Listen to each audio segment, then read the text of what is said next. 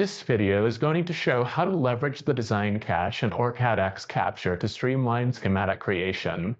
OrCAD X Capture stores all components in the design and the design cache, which can be used to quickly place existing components and replace components to manage change orders. Start by opening the provided design in OrCAD X Capture. In the Project Manager, expand the Design folder under Design Resources. Two folders, including the design cache, are shown. Since this design already has components placed in it, a design cache has already been generated. The cache contains an alphabetized list of all parts currently in the design and their library source. To view a library path, hover over the desired part in the design cache list. For this capacitor, the path is shown as the default C, Cadence, SPB 24.1, Tools, Capture, Library.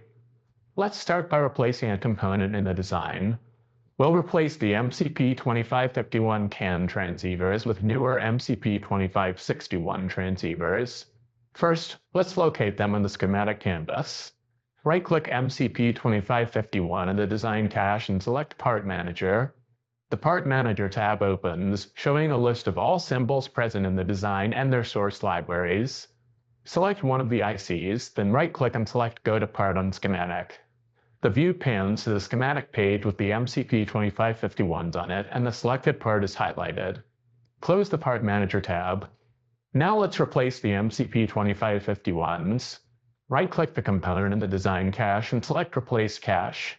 A warning appears, stating that replacing a cached part will clear the undo-redo cache for the current session.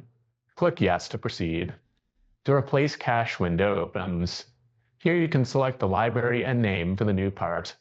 Select Browse to browse for a library. Browse to the provided library file, select it, and click Open. With the library loaded, we need to select the appropriate part to replace the MCP2551 with. Select MCP2561 from the New Part Name dropdown. Additional settings are available to replace the part with or without its parameters or preserve the reference designator. For this example, we will replace the part with original parameters and the original reference designator, so leave these options checked. Click OK to replace the component. If prompted to save the design, click Yes to proceed. The transceivers are replaced, but the symbols have been changed to no longer fit. To correct this, select one of the transceivers, then right-click and select Edit Part. The Part Editor tab opens. Here you can change the part symbol, size, and other visual properties. First, let's adjust the outline to make the part as tall and wide as it needs to be. To do this, simply click and drag the corner of the outline. Now let's arrange the pins.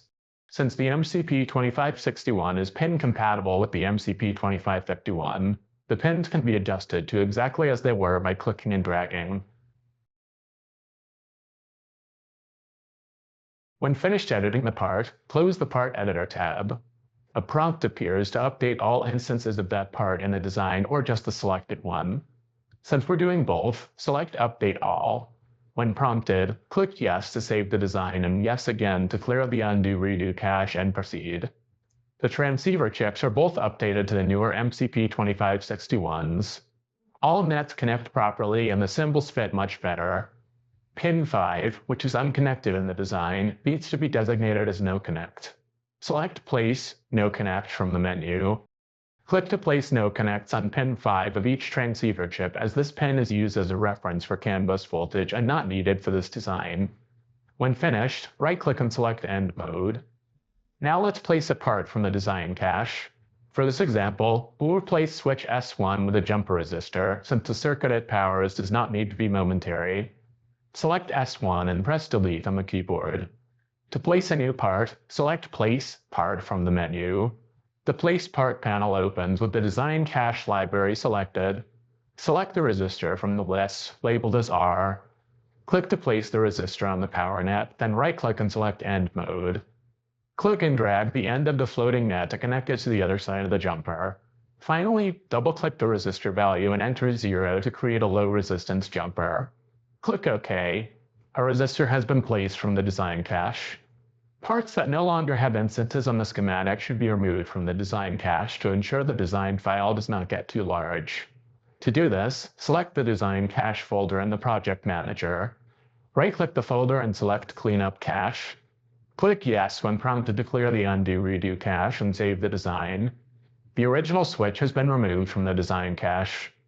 Quickly and easily find used components, change components, and keep designs organized with the design cache in OrCAD X Capture.